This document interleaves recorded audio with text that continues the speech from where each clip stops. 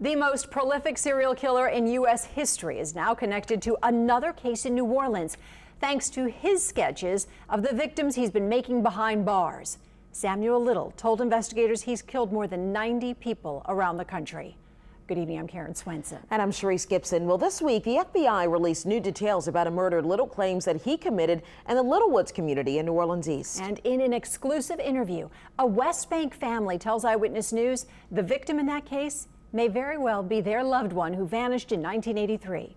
Paul Murphy spoke with Andretta Wyatt's family members, who said many of the details line up with her disappearance. Convicted killer Samuel Little talked about meeting one of his more than 90 victims in a nightclub in New Orleans in 1982. She was pretty, a light-skinned, brown, honey-colored skin.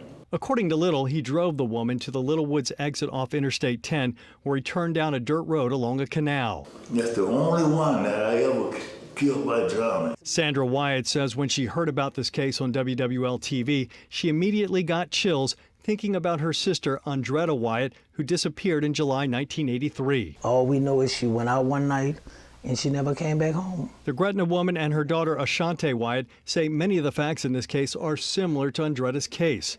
She met a man at an Algiers nightclub the night she went missing.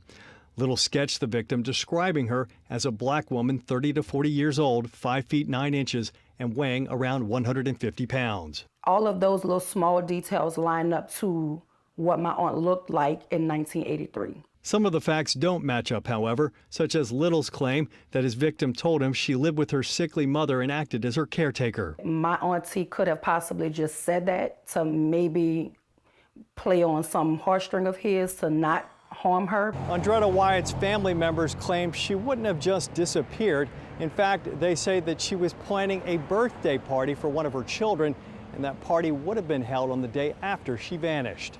My sister was good people. My sister wouldn't harm nobody. Something terrible happened to her that day, and we're just hoping that this could finally be the road that leads to the closure that my family deserves. We forwarded this information to the FBI, and investigators are expected to reach out to the Wyatt family. Paul Murphy, Eyewitness News.